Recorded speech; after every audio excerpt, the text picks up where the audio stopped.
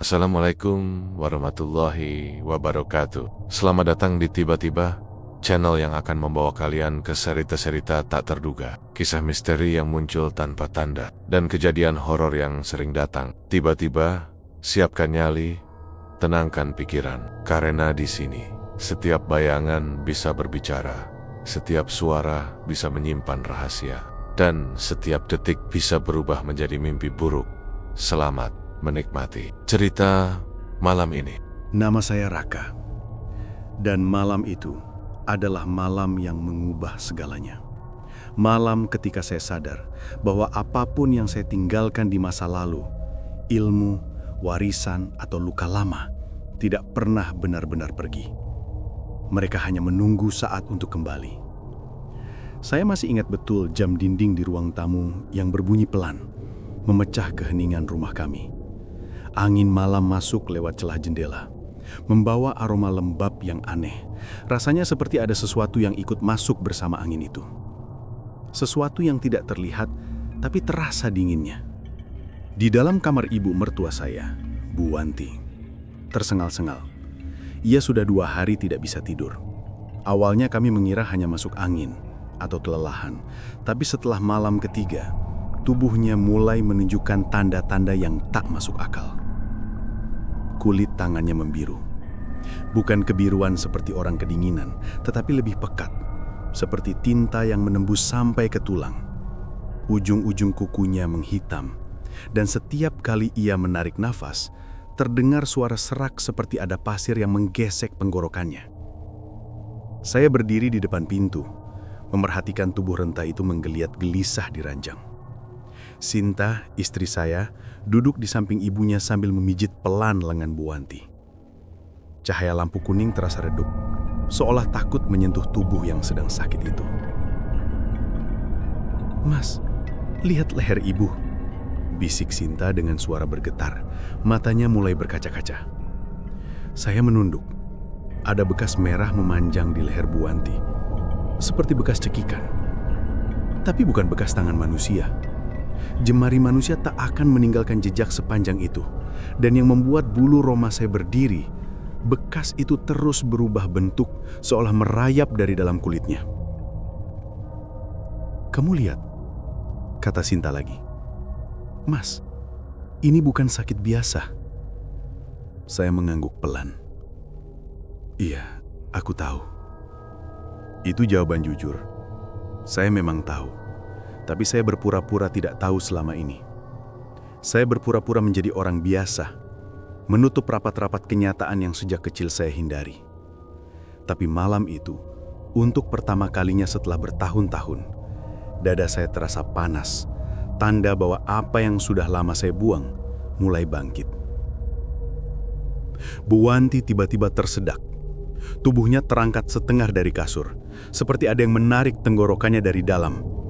Saya langsung memegang bahunya. Bu, tarik nafas, Bu."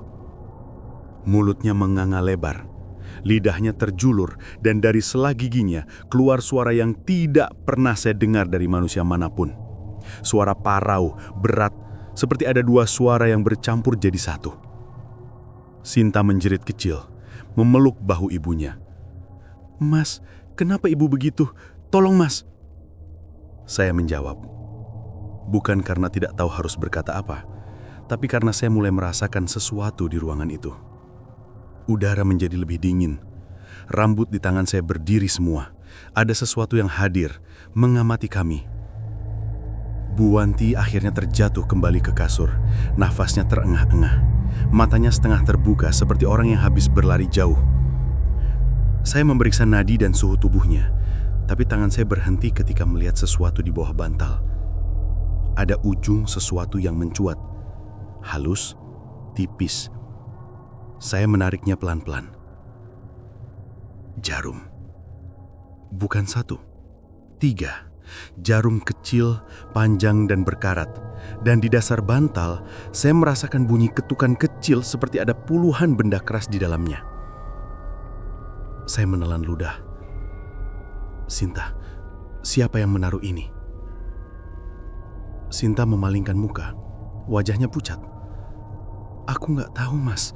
Sejak ibu sakit, kamar ini nggak pernah dikunci. Siapapun bisa masuk. Saya mengangguk, tapi pikiran saya tidak tenang. Jarum seperti itu bukan barang yang muncul begitu saja. Itu bukan sekedar jarum. Itu media. Media kiriman. Media dari seseorang yang ingin menyakiti, yang ingin merusak. Dan yang lebih buruk, media itu tidak berada di luar tubuh Bu Wanti. Media itu sudah masuk ke dalam.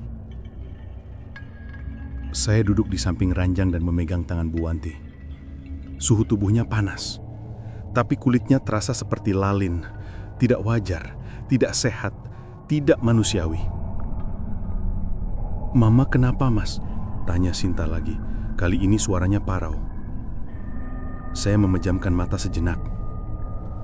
Ada orang yang benci sama keluarga kita. Sinta menggeleng kepala. "Tapi siapa? Kita nggak punya musuh." Saya membuka mata. Semua keluarga pasti punya musuh, Sin. Cuma kita nggak tahu aja. Sinta menunduk. Ia menggigil. Tiba-tiba, jendela kamar bergetar keras. Bukan karena angin, tapi seperti ada sesuatu yang menghantam dari luar. Saya berdiri spontan, menghadap jendela. Di luar gelap, tidak ada apa-apa, tidak ada siapa-siapa. Tapi saya tahu sesuatu ada di sana, mengintip, menunggu reaksi saya. Saya mendekat, membuka gorden perlahan. Dada saya berdebar keras. Di balik kaca, samar oleh pantulan lampu kamar, saya melihat bayangan. Bayangan perempuan berdiri membelakangi cahaya. Rambutnya panjang, tubuhnya membungkuk. Dan yang membuat saya membeku, bayangan itu tersenyum. Senyum panjang, tidak manusiawi. Setengah wajahnya terangkat seperti robek. Ketika saya berkedip, bayangan itu hilang. Saya menutup gorden. Nafas saya memburu. Sinta memandang saya panik. "Mas, ada apa?" Saya menatapnya lama. Ini kiriman seseorang. Sinta menutup mulutnya. Matanya membesar ketakutan. "Santet, Mas." Saya mengangguk pelan. Iya. Itu suara yang akhirnya keluar dari mulut saya. Kata yang berusaha saya hindari selama ini. Saya mengulurkan tangan, memegang bahu Sinta. "Dengar, mulai malam ini, apapun yang terjadi, kamu jangan keluar rumah. Jangan buka pintu malam-malam. Jangan biarkan siapapun masuk." Sinta menatap saya dengan bingung. "Mas, ngomong kayak gitu kenapa?" Saya tarik nafas panjang. Sulit mengatakan ini, tapi lebih sulit lagi berbohong. Karena apapun yang nyerang ibu belum selesai. Dan dia akan kembali. Sinta menelan ludah, tubuhnya bergetar. "Mas, kamu tahu ini semua apa kan?"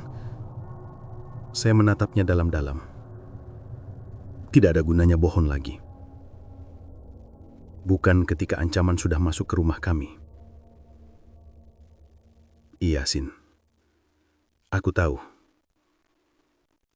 Dan aku juga tahu siapa kamu nikahi. Bukan cuma manusia biasa." Sinta terdiam. Pandangannya kosong, tapi tubuhnya menunjukkan ketakutan yang nyata. Saya melirik ke arah Bu Wanti yang masih terengah-engah di kasur. Malam itu awal. Awal dari sesuatu yang lebih gelap daripada apapun yang pernah saya hadapi. Dan dalam hati saya, suara yang sudah puluhan tahun hilang mulai berbicara lagi. "Raka, saatnya kau kembali." Ilmu yang saya tinggalkan, warisan yang berbahaya, ilmu macan putih. Dan ketika suara itu mulai terdengar, saya tahu semuanya akan berubah. Sejak malam ketika ibu mertua saya tersedak dan bayangan itu muncul di jendela, suasana rumah berubah total. Rasanya seperti ada kabut tipis yang tidak terlihat mengapung di udara, menempel di kulit dan mengikuti dari ruangan ke ruangan. Rumah yang selama ini hangat, penuh suara, tiba-tiba terasa asing. Seperti bukan tempat tinggal manusia lagi. Pagi harinya Sinta bangun dengan mata sembab karena kurang tidur. Ia duduk di ruang tamu sambil menatap kosong cangkir teh yang tak disentuh. Saya tahu ia memaksakan diri untuk terlihat tenang, tapi sorot matanya tidak bisa berbohong. Teror semalam jelas masih menempel di pikirannya. Saya berjalan ke arah dapur, berniat mengambil air. Tapi langkah saya terhenti ketika melihat sesuatu di lantai, tepat dekat pintu belakang. Ada sesuatu yang putih, kecil, berserakan. Beras. Dalam hati saya bergumam, siapa yang menjatuhkan beras sebanyak ini? Tapi ketika saya jongkok dan memperhatikan lebih dekat, saya langsung merinding. Butiran beras itu tidak jatuh acak. Mereka membentuk pola, lingkaran. Lingkaran sempurna, seolah seseorang sengaja menaburkannya dengan sangat rapi. Ketika saya menyentuhnya, kulit jadi saya terasa dingin. Dingin yang bukan dari lantai, tapi dingin yang menggigit seperti menyentuh es. "Mas, itu apa?" tanya Sinta dari belakang. Saya berdiri dan menutup lingkaran itu dengan sapu agar ia tidak melihat semuanya. "Enggak apa-apa, mungkin ada tikus malam." Sinta menggeleng perlahan. "Mas, jangan bohong. Aku tahu ada yang enggak beres." Saya memandang wajahnya lama. "Aku cuma nggak mau kamu makin takut." Sinta menggigit bibirnya. "Aku udah takut dari kemarin malam, Mas." Saya tidak menjawab. Apapun yang saya katakan saat itu tidak akan bisa mengembalikan rasa aman di rumah ini. Saat saya hendak melangkah pergi, saya mencium sesuatu. Bau anyir. Seperti darah yang sudah mengering bercampur bau tanah basah. Bau itu muncul begitu saja, tanpa asal.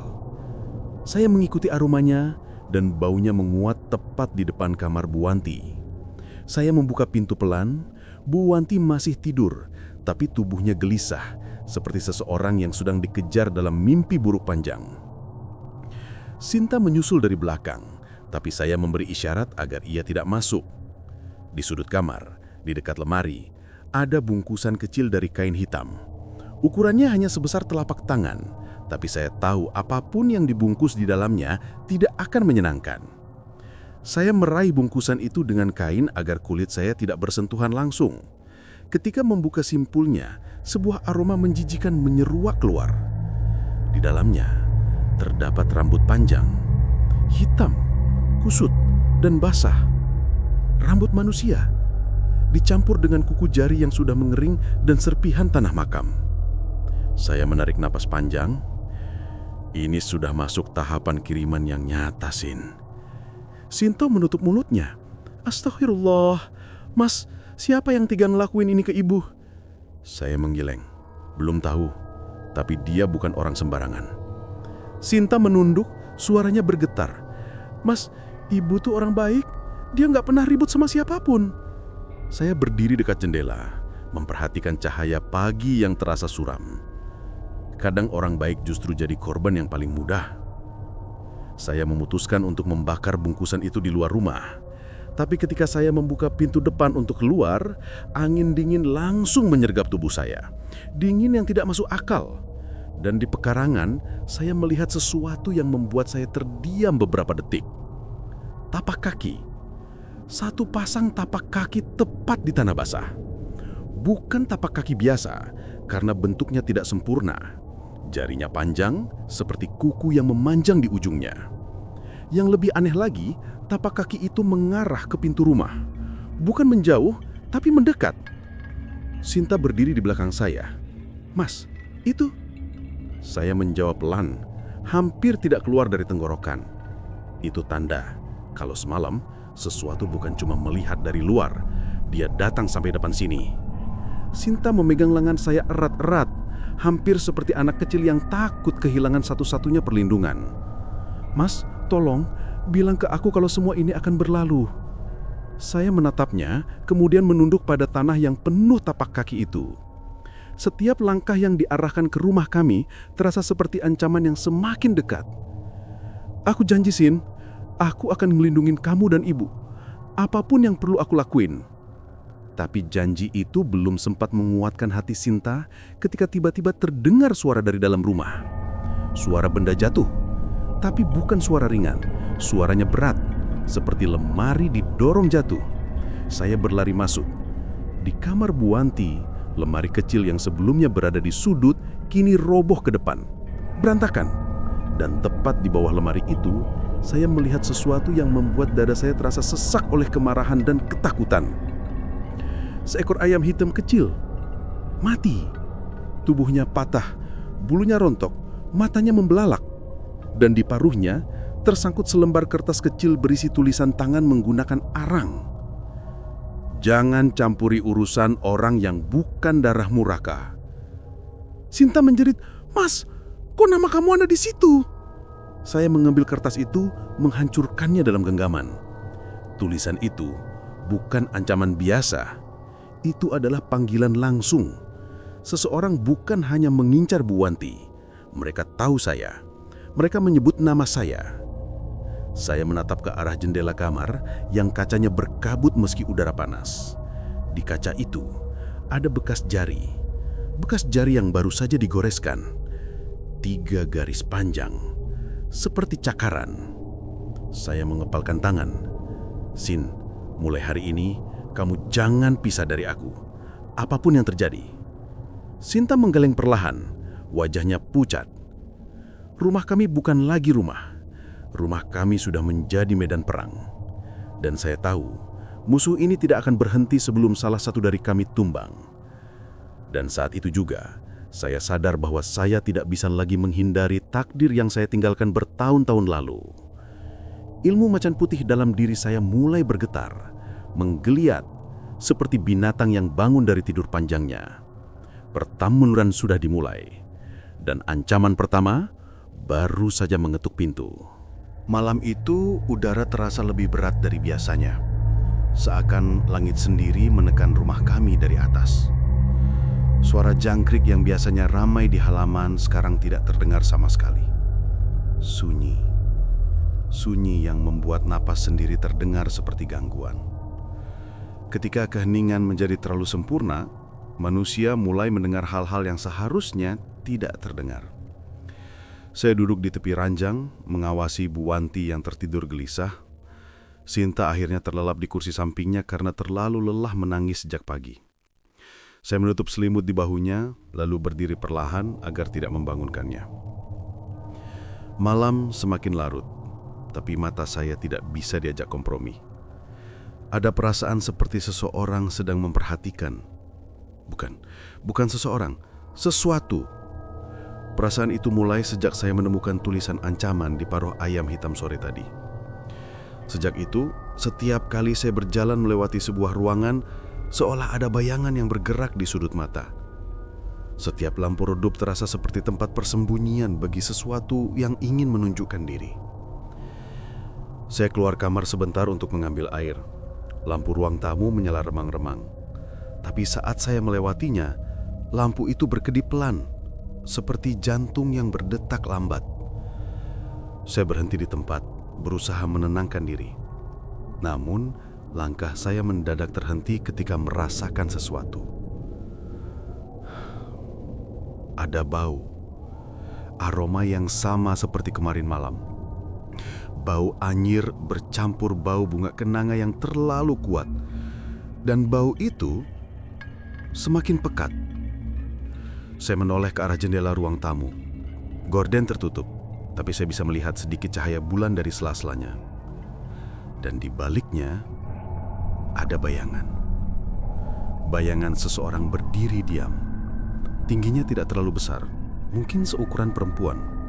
Rambutnya panjang terurai, membentuk siluet gelap yang tidak bergerak sama sekali. Saya menelan ludah. "Siapa di luar?" Suara saya pelan, tapi ruangan terlalu sunyi sehingga pertanyaan itu terdengar jelas. Bayangan itu tidak bergerak. Saya melangkah mendekat perlahan, langkah saya pelan. Tapi setiap kali saya mendekat, bayangan itu seperti bertambah tinggi. Tidak berubah posisi, hanya bertambah tinggi. Ketika jarak saya tinggal 1 meter dari jendela, gorden bergerak sendiri. Tidak ada angin, jendela tertutup rapat, tapi kain itu bergoyang pelan seperti disapu tangan. Saya meraih ujungnya dan menarik gorden ke samping. Kosong. Tidak ada siapapun di luar. Halaman hanya dipenuhi rumput gelap dan pohon mangga yang berdiri diam. Tapi saat saya hendak menutup gorden kembali, saya merasa sesuatu aneh. Bayangan saya sendiri yang terpantul di kaca jendela tidak mengikuti gerakan tubuh saya. Saya bergerak sedikit ke kiri, bayangan saya tetap di tengah. Saya bergerak ke kanan, bayangan itu tidak bergeser. Dada saya terasa dingin. Perlahan saya mendekat ke kaca, memastikan pantulan itu memang saya. Dan saat jarak wajah saya hanya beberapa senti dari kaca, bayangan itu yang seharusnya mengikuti saya mengangkat kepalanya sendiri. Tanpa saya mengangkat kepala. Mata bayangan itu terlihat jelas di permukaan kaca. Mata hitam pekat tanpa putih sama sekali. Dan bibirnya mulai bergerak membentuk senyum panjang yang tidak mungkin dimiliki manusia. Senyum yang tidak saya lakukan.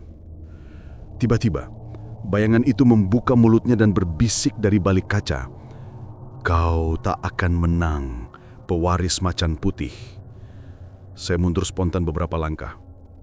Suara itu bukan suara perempuan, bukan suara laki-laki. Suara itu 2 lapis, parau dan bergetar seperti suara hewan yang dipaksa berbicara. Jantung saya berdegup keras. Siapapun atau apapun itu tahu siapa saya. Tahu darah saya, tahu garis keturunan saya.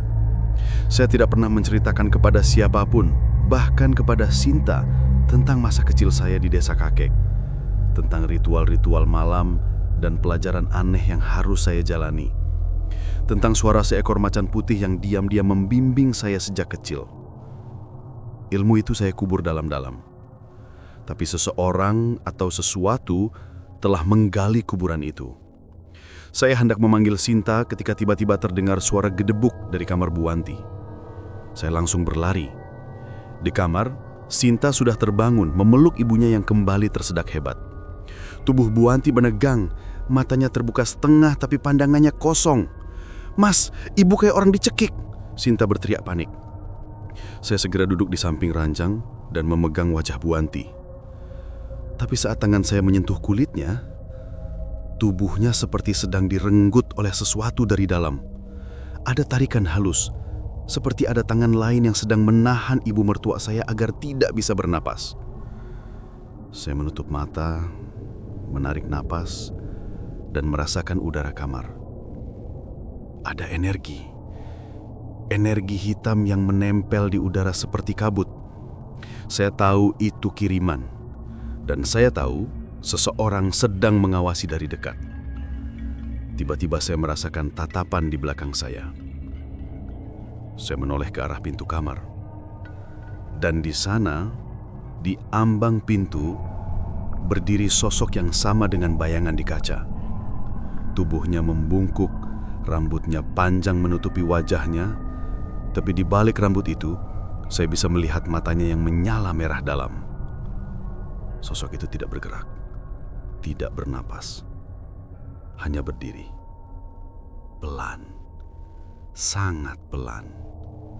Kepalanya terangkat, dan dari mulutnya muncul suara bisikan.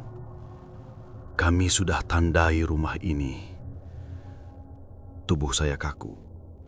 Sinta berbalik dan langsung menjerit. Tapi sebelum saya sempat bergerak, sosok itu hilang. Tanpa suara, tanpa bayangan. Seolah udara menelangnya begitu saja. Saya memeluk Sinta yang ketakutan. "Sudah, Sin, sudah. Aku di sini. Sinta menangis sambil memeluk aku erat-erat. "Mas, tolong hentikan semua ini." Saya melihat ke arah pintu, ke tempat sosok itu tadi berdiri. Di lantai ada 3 bekas jejak kaki, namun bukan jejak kaki manusia. Jejak itu panjang, runcing di ujung seperti telapak hewan yang berdiri tegak. Dan di tengah jejak itu tertulis dengan goresan kuku, "Giliranmu berikutnya." Saya mengepalkan tangan. Jika musuh sudah memanggil nama saya, maka ini bukan lagi serangan pada ibu mertua saya. Ini tantangan langsung, tantangan pada darah dan warisan saya. Dan jika mereka ingin melihat siapa saya sebenarnya, mereka akan segera tahu. Karena malam itu, suara macan putih kembali hidup dalam diri saya. Lebih keras daripada sebelumnya. Sejak bayangan itu muncul dan mengucapkan ancaman di depan kamar, tubuh saya tidak pernah benar-benar tenang. Ada sesuatu di dalam diri saya yang bergerak liar, seperti binatang yang selama ini tidur dan tiba-tiba dibangunkan dengan paksa. Perasaan itu dulu pernah saya rasakan, bertahun-tahun lalu, ketika saya masih menjadi murid kakek. Udara malam terasa semakin padat. Bahkan ketika saya duduk diam di ruang tamu, rasanya udara menekan dada saya. Sinta tertidur di kamar bersama Bu Wanti, dan saya sengaja berjaga di luar. Bukan untuk berani, tapi karena saya tahu jika saya tidur, sesuatu akan masuk tanpa perlawanan. Sambil menunduk, saya merasakan telapak tangan saya bergetar. Getaran halus yang dulu sering muncul ketika saya belajar ilmu itu. Ilmu yang saya sumpahi tidak akan pernah saya gunakan lagi. Namun, malam ini, seluruh jagat seperti memaksa saya mengakui kebenaran yang saya sembunyikan. Saya masih menatap tangan saya ketika suara itu datang. Suara berat, seperti suara dada besar binatang yang bernapas pelan. Suara itu bukan berasal dari luar rumah. Suara itu ada di dalam kepala saya. "Raka." Saya mengangkat kepala spontan. Tidak ada siapapun di ruang tamu, tapi suara itu terus terdengar. "Berhenti menyangkal darahmu." Saya berdiri cepat, menatap ke sekeliling. "Kau siapa? Tunjukkan dirimu." Suara itu tertawa kecil, tawa berat, dalam, bukan tawa manusia. "Aku tidak perlu menampakkan diri. Aku sudah ada dalam tubuhmu." Saya merasakan bulu kuduk berdiri satu persatu. Nafas saya tercekak. Suara itu sama persis dengan suara yang dulu membimbing saya saat saya kecil. Suara macan putih. Saya menutup mata, menarik napas panjang, mencoba melawan rasa takut yang tiba-tiba merayap ke tulang belakang. Dan perlahan, kenangan yang saya kubur dalam-dalam mulai bangkit ke permukaan. Dulu saya tinggal di desa kakek yang dikelilingi hutan keramat. Kakek adalah seseorang yang dikenal oleh semua orang, bukan sebagai orang pintar biasa, tapi penjaga ilmu putih. Penjaga ilmu yang hanya diwariskan pada mereka yang terpilih. Saya masih ingat malam ketika kakek membawa saya ke hutan untuk pertama kali. Bulan purnama tepat di atas kepala, dan di bawah pohon paling tua, seekor macan berwarna putih pucat menatap saya tanpa menggeram. Ia tidak tampak seperti hewan. Mata macan itu terlalu tenang, terlalu sadar. Kata kakek waktu itu, "Raka, di darahmu mengalir leluhur yang sama dengan macan ini. Kau dipilih, bukan dilahirkan sembarangan." Saya tidak ingin. Waktu itu saya bahkan tidak mengerti kenapa saya harus menerima sesuatu yang begitu menakutkan. Tapi ketika saya menyentuh kepala macan putih itu, sesuatu masuk ke tubuh saya. Energi, kekuatan, kehadiran lain. Dan sejak saat itu, suara macan itu mengikuti saya. Malam-malam penuh ritual, arena latihan, air bunga 7 warna, doa-doa panjang yang bukan doa biasa. Dan saya selalu merasa semakin hari semakin bukan manusia sepenuhnya. Sampai suatu hari kakek meninggal, dan saya meninggalkan semua itu. Saya berjanji tidak akan pernah memakai ilmu itu lagi. Saya membuka mata keras, kembali ke ruang tamu yang dingin. "Kenapa kau kembali sekarang?" tanya saya lirih. Jawabannya memantul di dalam kepala saya, lebih pelan tapi lebih tegas. "Karena rumah ini sudah ditandai oleh orang yang ingin menghancurkanmu, dan kau tidak bisa melindungi mereka tanpa memanggilku." Saya mengepalkan tangan. "Aku sudah meninggalkan semuanya. Aku tidak mau kembali ke dunia itu." "Dunia itu tidak pernah meninggalkanmu." Kata-kata itu menusuk. Saya ingin menyangkal, tapi tiba-tiba dari dalam kamar, Bu Wanti menjerit. Jeritan panjang, serak, seperti seseorang menarik napas terakhir. Saya berlari ke masuk kamar. Bu Wanti bangkit duduk, tubuhnya kaku, matanya melotot. Sinta berusaha memeganginya, tapi tangan Bu Wanti menepisnya dengan kekuatan yang tidak masuk akal. Sinta jatuh ke lantai. "Bu!" saya berteriak. Tapi mata Bu Wanti tidak melihat saya. Matanya kosong mengarah ke langit-langit kamar. Kemudian, mulutnya terbuka pelan. Dan dari mulut itu keluar suara, bukan suara manusia, bukan suara ibu. Itu suara perempuan tua, kasar dan penuh kebencian. "Raka, anak yang bersembunyi di balik bayangan kakeknya." Saya terpaku. Suara itu bukan suara yang berasal dari tubuh Bu Wanti. Itu suara langsung dari pengirim santet. "Aku tahu siapa kau. Kau pikir kau bisa melarikan diri dari takdirmu?" Saya merasakan amarah yang berbeda dari sebelumnya. Bukan amarah manusia, amarah liar yang membuat nafas saya membara. Seakan ada binatang yang mulai membuka mata dalam tubuh saya. Sinta mundur, bersama dengan air mata yang memberbak di pipi. "Mas, siapa yang ngomong itu?" Saya tidak menjawab. Saya hanya menatap ke arah Bu Wanti.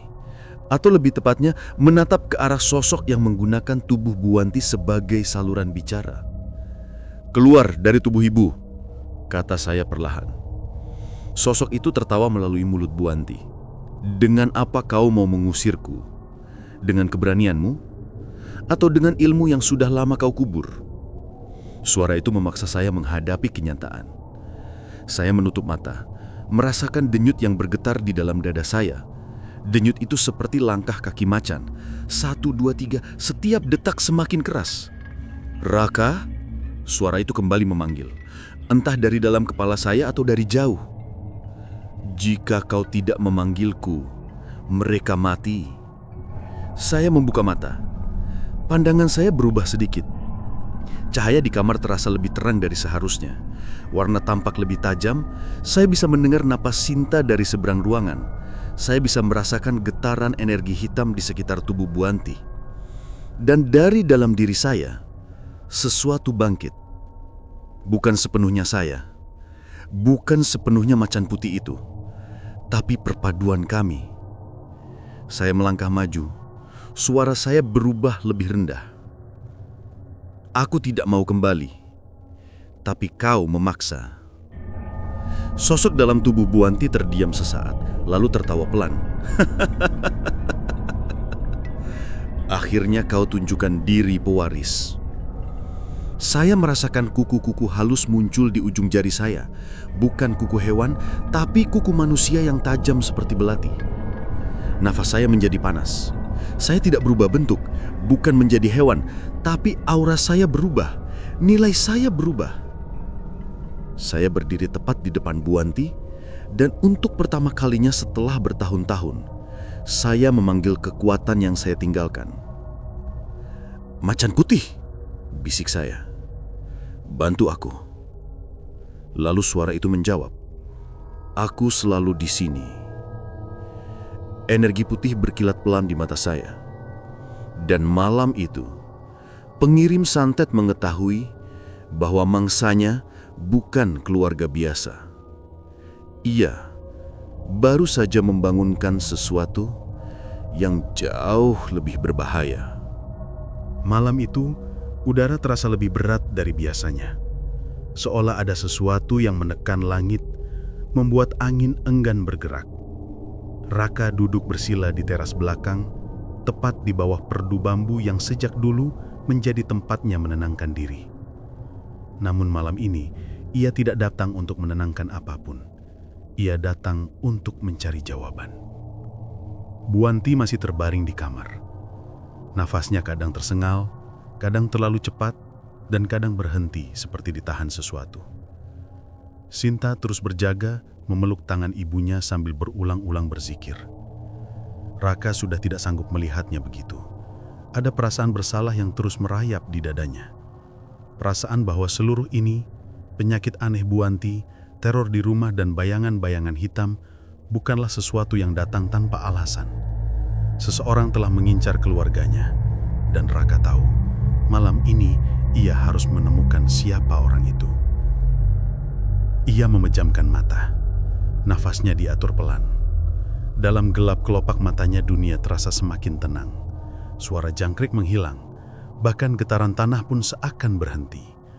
Lalu suara itu datang lagi, suara yang sudah lama tidak ingin ia dengar, suara yang selalu hadir ketika kekuatannya bangkit. Raka. Suaranya berat, terasa seperti bergema dari dalam dada Raka sendiri, bukan dari luar. Waktumu sudah dekat, keluargamu tidak akan bertahan lama jika kau tetap ragu. Raka menghela nafas. Aku tidak ragu, tapi tunjukkan jalannya. Aku harus tahu siapa yang menyerang ibu. Dalam keheningan, hawa dingin merayap di sekitar tubuhnya. Tanah terasa beku, angin berhenti, dan sekelilingnya berubah gelap perlahan. Raka tahu ia sedang masuk lebih dalam dari sekadar konsentrasi. Ini adalah gerbang batin yang dulu diajarkan oleh kakeknya, Ki Jana. Gerbang yang hanya bisa dibuka oleh pewaris ilmu macan putih. Di balik gelap itu, sesuatu muncul, samar pada awalnya kemudian semakin jelas. Sebuah pondok kecil dari kayu lapuk dikelilingi semak liar. Atapnya terbuat dari rumbia yang hampir runtuh. Di depan pondok itu, ada sebuah gentong besar berisi air yang berwarna hitam pekat. Sikap Raka medegang begitu melihatnya. Air hitam bukan simbol sembarangan. Itu adalah alat bagi dukun ilmu hitam untuk memanggil roh-roh pembawa penyakit. Bayangan itu berubah lagi. Kali ini Raka melihat tangan seorang perempuan memasukkan boneka jerami ke dalam air gelap itu. Boneka itu punya wajah yang sangat dikenalnya, wajah Buanti. Jarum-jarum panjang menancap di kepalanya, dada dan perut. Mata boneka itu ditutup dengan kain merah, tanda bahwa santet itu bertujuan memutuskan hidup seseorang secara perlahan. Wajah perempuan itu mulai terlihat, rambutnya panjang, kusut dan menutupi separuh mukanya. Kulitnya pucat seperti tidak pernah terkena sinar matahari.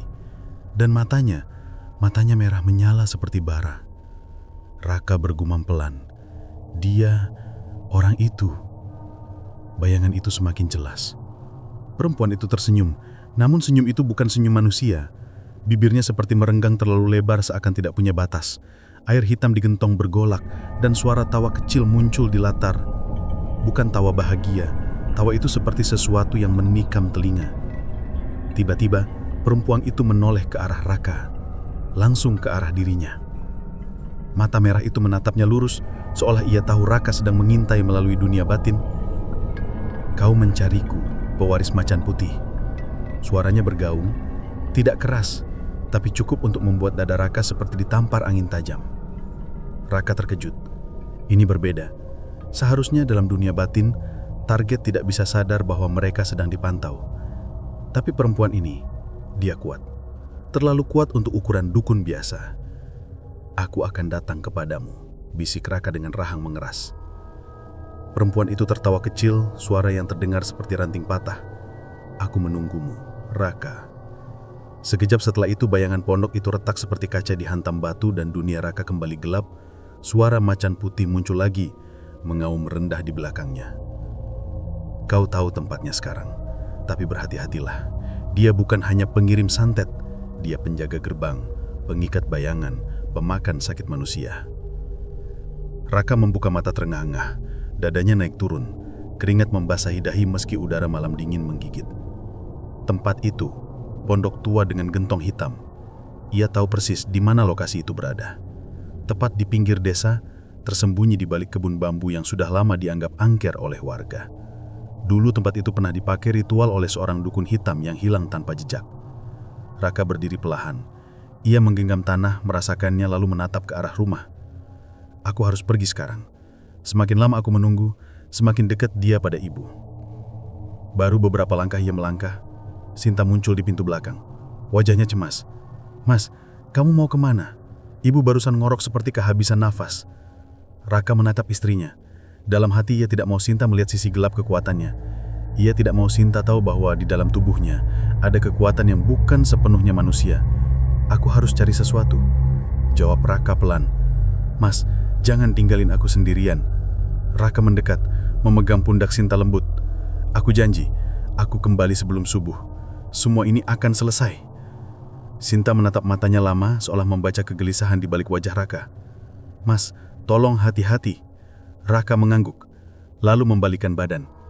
Langkahnya mantap, tidak ada lagi ruang untuk takut. Malam itu, Raka akan mencari dukun yang menganiaya ibu mertuanya. Ia akan menemukan pondok itu, dan jika perlu, ia akan mengakhiri semua ini dengan tangannya sendiri. Malam itu, pewaris macan putih mulai bergerak. Perjalanan menuju kebun bambu itu jauh lebih sunyi dari yang Raka bayangkan. Tidak ada suara serangga, tidak ada suara angin, seolah seluruh alam memilih menahan napas. Langkahnya menapaki tanah yang lembab, menembus rimbun pepohonan. Setiap kali ranting patah di bawah telapak kakinya, suara itu terasa terlalu keras, memantul berkali-kali dalam hati yang gelisah. Namun, Raka terus melangkah. Di kepalanya hanya ada satu tujuan, menemukan pemilik mata merah itu.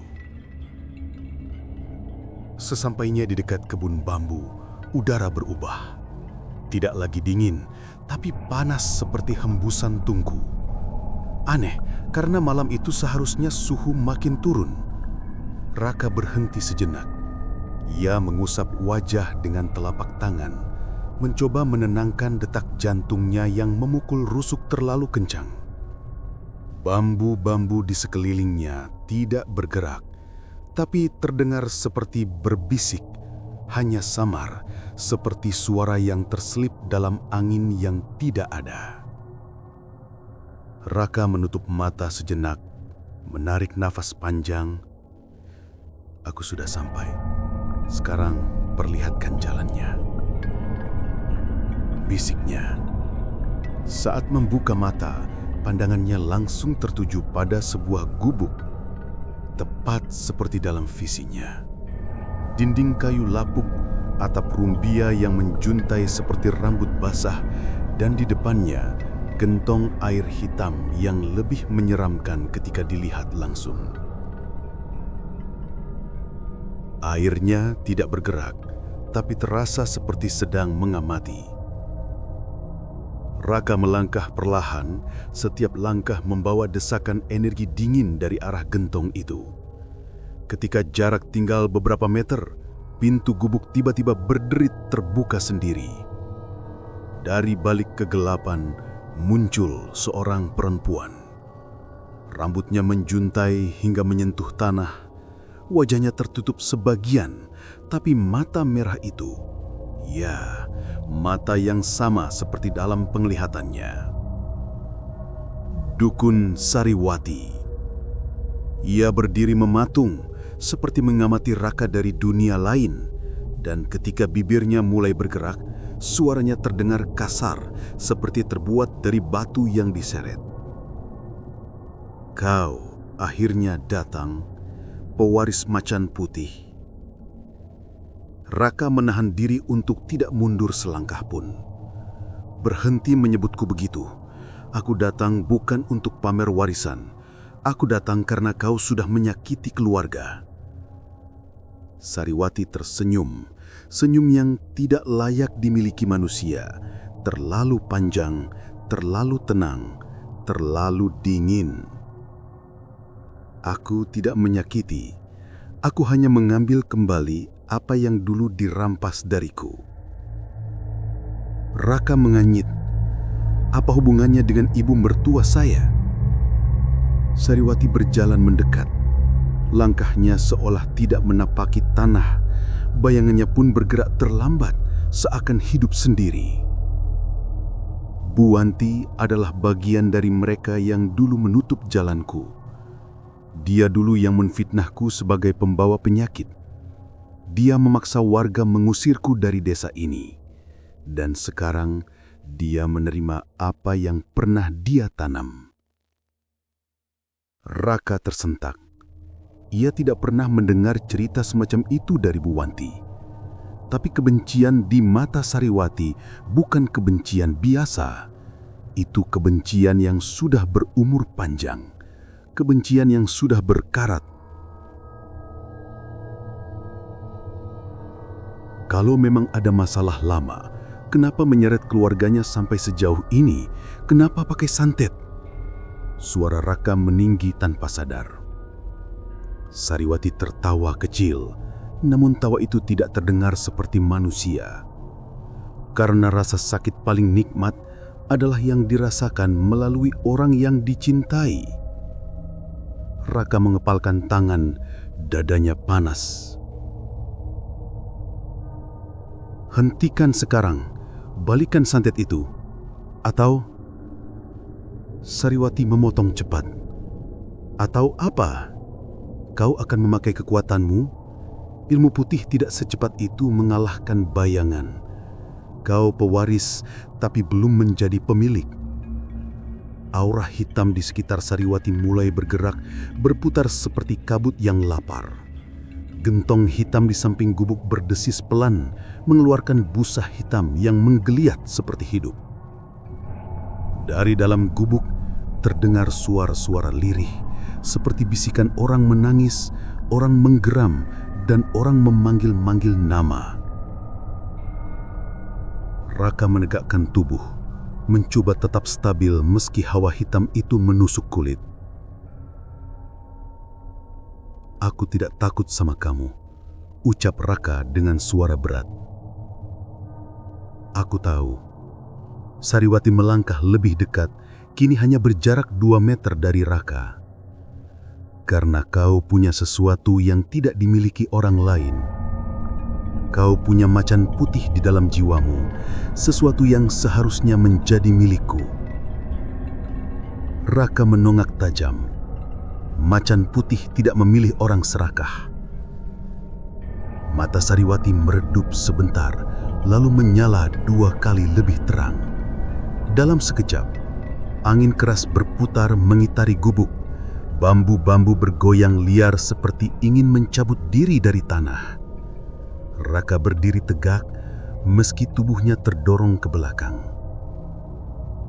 Kalau begitu, seru Sariwati, tunjukkan kau layak menyandangnya. Tangan Sariwati terangkat. Dari telapak tangannya, bayangan-bayangan hitam muncul seperti kepulan asap sebelum berubah menjadi sosok-sosok gelap yang melompat menuju Raka. Mata mereka bersinar merah, mulut mereka penuh gigi tajam. Raka tidak mundur, ia hanya menutup mata sejenak. Di dalam tubuhnya, sesuatu bergetar. Suara napas macan terdengar samar. Ketika membuka mata, mata Raka berubah putih, bercahaya redup. Kalau ini yang kau mau, Raka menundukkan kepala sedikit. Aku akan melawannya. Bayangan itu menabrak Raka, namun tubuhnya tidak bergerak. Cahaya putih meledak dari telapak tangannya, memecah bayangan-bayangan itu menjadi serpihan hitam yang hilang tertiup angin. Sariwati menatap tajam. Menarik, pewaris benar-benar telah bangkit. Dan aku akan tetap berdiri sampai santetmu dihentikan. Gubuk itu bergetar, gentong hitam bergelembung keras, seolah ada sesuatu di dalamnya yang ingin keluar. Udara berubah panas, lalu dingin ekstrim. Sariwati mengangkat jarinya, menunduk tepat ke dahar Raka. Kalau begitu, datanglah ke inti kekuatanku. Dan mari kita lihat siapa yang pantas hidup di antara kita. Raka menarik nafas panjang. Ia tahu pertempuran sebenarnya baru saja mulai, dan malam ini tidak akan ada jalan pulang tanpa salah satu dari mereka tumbang. Malam itu, di tengah kebun bambu yang gelap dan terasing, pewaris ilmu putih dan penjaga ilmu hitam akhirnya saling berhadapan. Pertemuan pertama dan awal dari perang yang tak bisa dihindari. Malam itu seolah retak di tengah kebun bambu.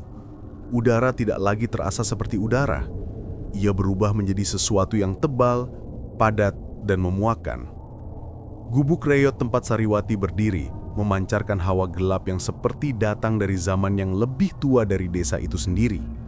Dan Raka, dengan mata yang mulai memutih, menatap perempuan dukun itu tanpa gentar. Sariwati berdiri tegap, rambut panjangnya tergerai seperti asap hitam yang mengikuti gerakan tubuhnya. Tubuhnya kecil, namun bayangan yang memanjang di belakangnya terlihat seperti sosok besar yang berbisik-bisik, menirukan gerakannya, seakan Sariwati bukan berdiri sendiri. "Ini bukan pertempuranmu," kata Sariwati datar. "Ini takdirmu." Raka menarik napas panjang. Ia merasakan suara napas macan di dada, seperti ada hewan besar yang berderap pelan di dalam jiwanya. "Takdirku melindungi keluarga, bukan tunduk pada kegelapan." Perempuan itu mengangkat tangannya, dan angin berhenti. Seluruh bambu menunduk bersamaan seperti tunduk kepada kekuatan yang sedang bangkit. Kemudian hawa gelap keluar dari gentong hitam, tebal seperti asap, tapi bergerak seperti makhluk hidup. Dari dalamnya muncul tangan-tangan kurus berwarna arang, merayap ke tanah, lalu merangkak menuju Raka seperti laba-laba besar. Raka maju selangkah, lalu menjejakkan kaki dengan kuat. Tanah bergetar halus. Dari telapak tangannya, cahaya putih perlahan merembes keluar. Tidak terang, tetapi tenang. Cahaya itu seperti nafas pertama seorang bayi, baru, tulus, dan kuat. Tangan-tangan hitam itu melompat ke arah Raka. Tubuh mereka pecah menjadi kabut ketika menyentuh aura putih itu. Namun jumlahnya terlalu banyak. Setiap satu hancur, dua lainnya muncul. Sariwati menyeringit, "Ilmu putih terlalu lambat, Raka. Terlalu lemah." "Mungkin, tapi tidak mudah kau patahkan." Ia memejamkan mata. Suara itu muncul lagi. Suara berat dari dalam dirinya. "Aku di sini, Raka. Biarkan aku keluar." Raka tidak menjawab, tapi perlahan mengizinkan kekuatan itu mengalir. Cahaya putih dari tubuhnya menebal, bergerak seperti bulu-bulu halus. Dalam bayangan, seekor macan putih besar muncul. Tubuhnya setinggi manusia dewasa, matanya bersinar biru pucat. Macan itu mengaum dalam bisikan yang hanya bisa didengar Raka. Sariwati mendesis, "Pengawalmu sudah bangkit rupanya." Ia mengangkat kedua tangannya dan bayangan hitam di belakangnya mulai membesar. Sosok itu mengambil bentuk raksasa dengan banyak wajah yang menjerit. Semua tertutup kain merah kecuali satu wajah paling atas. Wajah yang mirip Sariwati sendiri, namun lebih bengkok, lebih gelap, lebih haus. "Ini," kata Sariwati, "adalah bayangan yang kau tak akan bisa kalahkan." Bayangan raksasa itu melompat, menghantam tanah dengan kedua tangan panjangnya. Tanah bergetar keras, membuat Raka hampir kehilangan keseimbangan. Raka memfokuskan aura putihnya, melompat mundur beberapa langkah, dan macan putih di belakangnya menyerang. Cakarnya melesat ke arah wajah bayangan itu. Namun bayangan itu tidak tergores. Ia bergerak seperti kabut, menghindar, lalu memanjang menjadi bentuk ular besar yang melingkari macan putih. Aura gelap menekan, menyedot cahaya putih di sekitarnya. Raka menggertakkan gigi. "Tidak cukup," gumamnya. Sariwati mertawa, suara yang membuat telinga Raka terasa panas.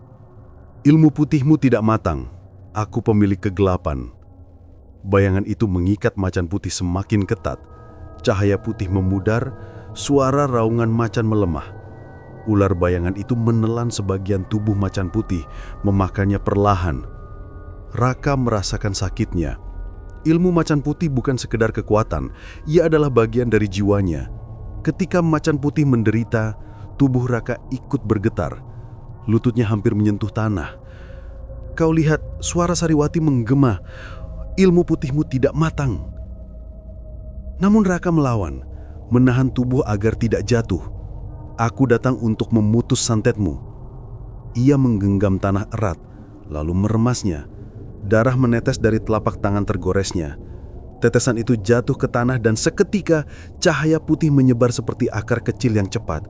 Cahaya itu merambat ke tubuh macan putih, menyalakan bulu-bulunya kembali.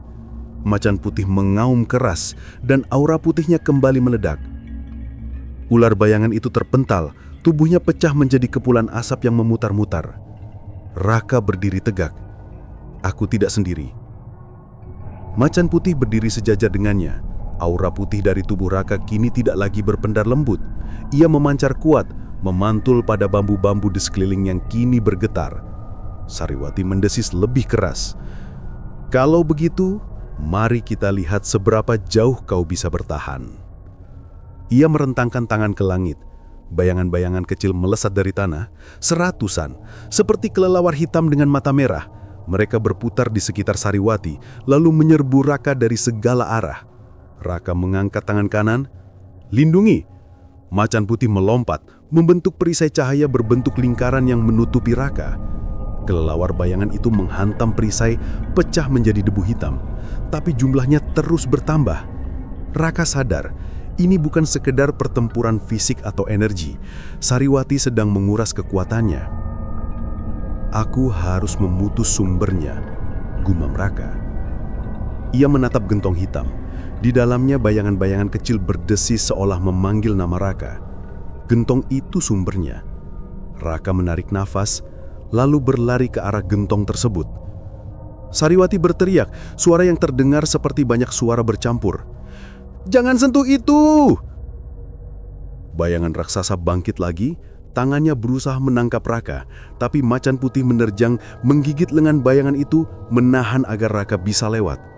Raka sampai di depan gentong. Ia merasakan hawa gelap yang menempel di kulitnya, menusuk pori-pori. Di dasar gentong, ia melihat boneka jerami, wajah Bu Wanti, tertancap jarum. Raka mengangkat tangannya, cahaya putih menyelimuti telapak tangan. Berakhir sekarang. Ia menekan tangan ke gentong. Dalam sekejap, cahaya putih meledak.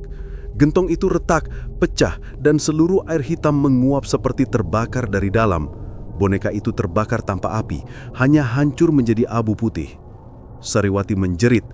Bayangannya pecah dan matanya kehilangan cahaya merahnya. Raka menatapnya. Santetmu sudah hancur. Ibu mertuaku selamat.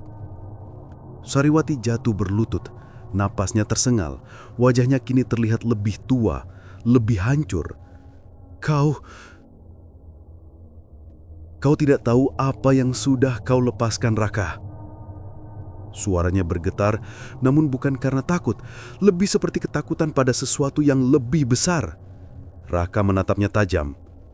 Aku hanya memutus apa yang tidak seharusnya kau ikat. Ia membalikkan badan. Pertarungan selesai. Namun, saat Raka berjalan pergi, Sariwati berbisik pelan, hampir tak terdengar. Macan putihmu bukan satu-satunya yang bangun malam ini. Raka terdiam, tapi ia tidak menoleh. Malam sudah tenang, tapi hatinya tahu ini bukan akhir. Ini baru awal dari sesuatu yang lebih gelap yang sedang bergerak di balik dunia manusia. Setelah pertarungan hebat antara ilmu hitam milik Sariwati dan kekuatan macan putih yang bangkit dalam diri Raka, energi gelap yang telah lama mengurung tubuh Bu Wanti mulai retak. Di rumah sakit, napas Bu Wanti yang tadinya megap-megap berubah lebih stabil. Aura hitam yang melingkari tubuhnya menghilang seperti asap tersapu angin. Pada saat yang sama, di tempat Sariwati melakukan ritual, semua media santet, jarum, kain kafan, boneka jerami meledak menjadi debu hitam. Sariwati terlempar ke dinding, kehilangan sebagian besar kekuatannya, sementara Raka berdiri dengan mata bercahaya putih, napas berat, tubuhnya masih dirasuki roh macan putih. Dalam dunia batin, seekor macan putih raksasa mengaum, menghancurkan ikatan yang memenjarakan jiwa Buanti. Teriakan Buanti berubah menjadi hembusan lega. Di dunia nyata, Buanti membuka mata perlahan. Santet itu patah, dan seluruh keluarganya tahu. Setelah Buanti benar-benar pulih, desa kembali terasa normal, setidaknya di permukaan. Namun bagi Raka, ketenangan itu hanyalah kabut tipis yang menutupi sesuatu yang jauh lebih gelap. Dukun Sariwati menghilang. Tidak ditemukan mayat, tidak ada jejak kabur. Hanya sisa abu ritual yang mengarah pada satu kesimpulan.